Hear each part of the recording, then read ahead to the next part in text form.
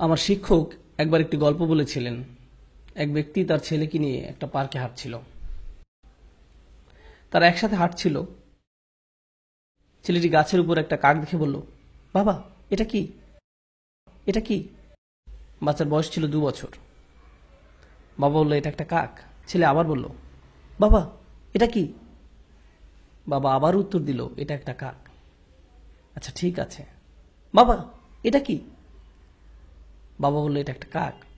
ও কাক, এটা কি? এটা একটা কাক। এভাবে 10 মিনিট ছেলেটি বাবাকে প্রশ্ন করে গেল। বাবা 30 বার উত্তর দিলেন। তিনি একটা ছোট ডায়েরিতে লিখে রাখলেন, আমার ছেলে আজ পার্কে হাঁটার সময় একটি কাককে নিয়ে 30 বার প্রশ্ন করেছে,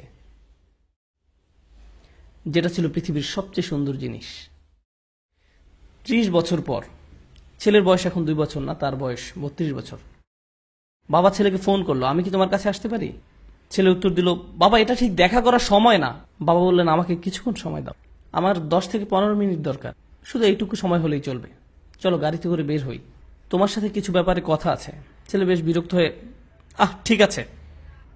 বাবা আসলেন এবং গাড়িতে উঠে ছেলেকে নিয়ে পার্কে গেলেন। ছেলে মহা বিরক্ত হয়ে বলল, এসব কি বাবা? আপনি কি খুব দ্রুত বলতে পারবেন? আমার কাজ আছে। বাবা বললেন, শুধু আমার সাথে হাঁটো। তারা হাঁটছিল এবং গাছের উপর একটি কাক দেখতে পেল। বাবা বললেন, বৎস, এটা কি? তুমি কি সত্যিই জানতে চাও এটা কি? এটা একটা কাক।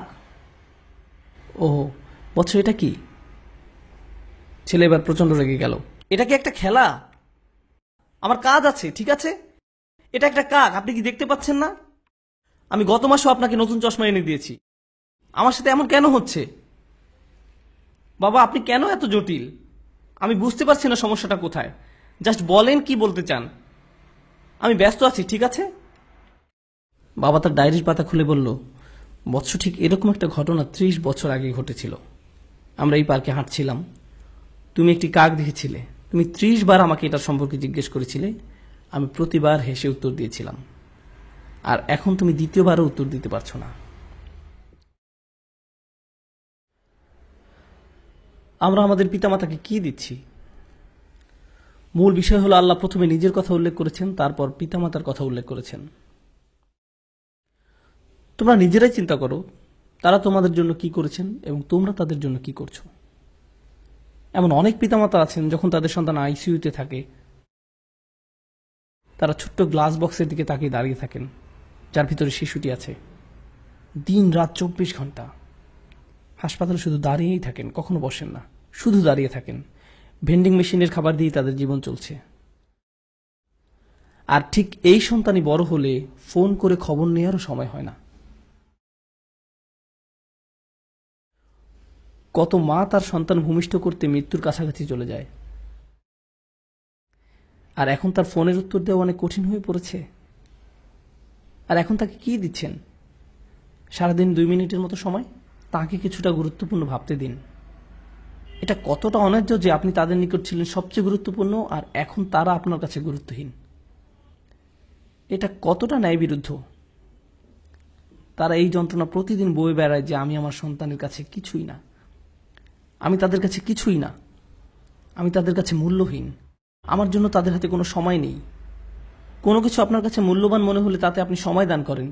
বেশিরভাগ ক্ষেত্রে এই সময় আমরা পিতামাতার কাছ থেকে দূরে সরে থাকতে চাই। আপনি আপনার বন্ধুদের সাথে থাকতে চান, নিজের মতো করে থাকতে চান, মাতা পিতার সাথে থাকতে চান না। এই বদ অভ্যাসটা আপনিই বাড়তে দিয়েছেন, আর সময়ের পরিক্রমায় এটা আরো খারাপ হতে থাকবে। আমাদের পিতামাতা অনেক অনেক বেশি আবেগপ্রবণ। তারা খুবই রক্ষণাত্মক। এটা বুঝতে পারবেন না যতক্ষণ না আপনি নিজে পিতামাতা হবেন। আপনার বয়স 60 হলেও আপনি তাদের কাছে শিশু। তারা এখনো স্মরণ করতে পারে আপনার ময়লা ন্যাপকিন পরিষ্কার করার কথা, আপনাকে দুধ খাওয়ানোর কথা, কিভাবে ঢেকুর তুলেছেন, পিছনের সিটে বসানোর পর কিভাবে আপনাকে পরিষ্কার করেছে, খাইয়েছে। আপনি স্মরণ করতে পারেন না, কিন্তু তারা পারে। আমার সন্তান এটি মনে রাখবে না। গাড়িতে বসা অবস্থায়, আব্বু টয়লেটে যাবো, টয়লেটে যাবো, টয়লেটে যাবো, হঠাৎ করে সে চুপ হয়ে যায়। আমি বললাম, জানালা নামিয়ে দেয়, এখনই সময়।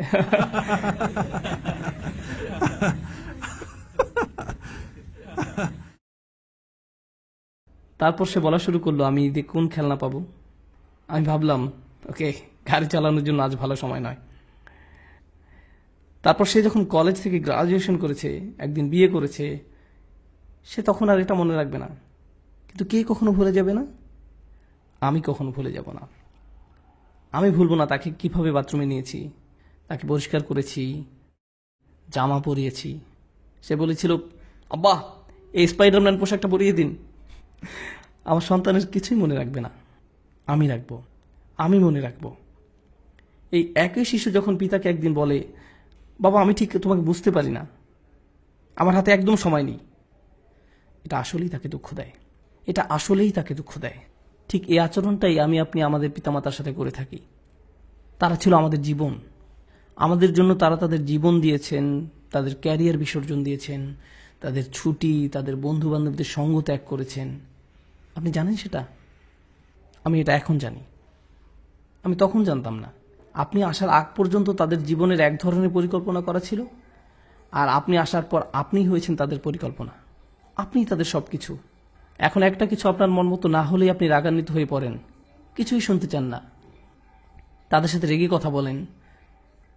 আমরা এখানে এই মুহূর্তে ইসলাম নিয়ে আলোচনা করছি না, আমরা শালীনতার কথা বলছি। তারা আপনার জন্য কি করেছে আর আপনি তাদের কি ফিরিয়ে দিচ্ছেন, এটা খুবই অন্যায়, এটা খুবই অসমীচীন। আমার বাবা এত বিরক্তিকর, আমার মা এই, তারা সবসময় রাগী, তারা কখনো সুখী নয়, তারা এই তারা সেই। কিন্তু আপনি কি, আপনার অবস্থা কি? আমি আপনাদেরকে বলছি, আমি সব সময় এটা বলার সুযোগ পাই না, যদি আপনি আপনার বাবা মার দোয়া না পান, আপনার জীবনে কোনো কিছুই ভালো হবে না। আপনার জীবনের কোনো কিছুই ভালো হবে না যদি তারা আপনার কাছ থেকে সুখী না হয়।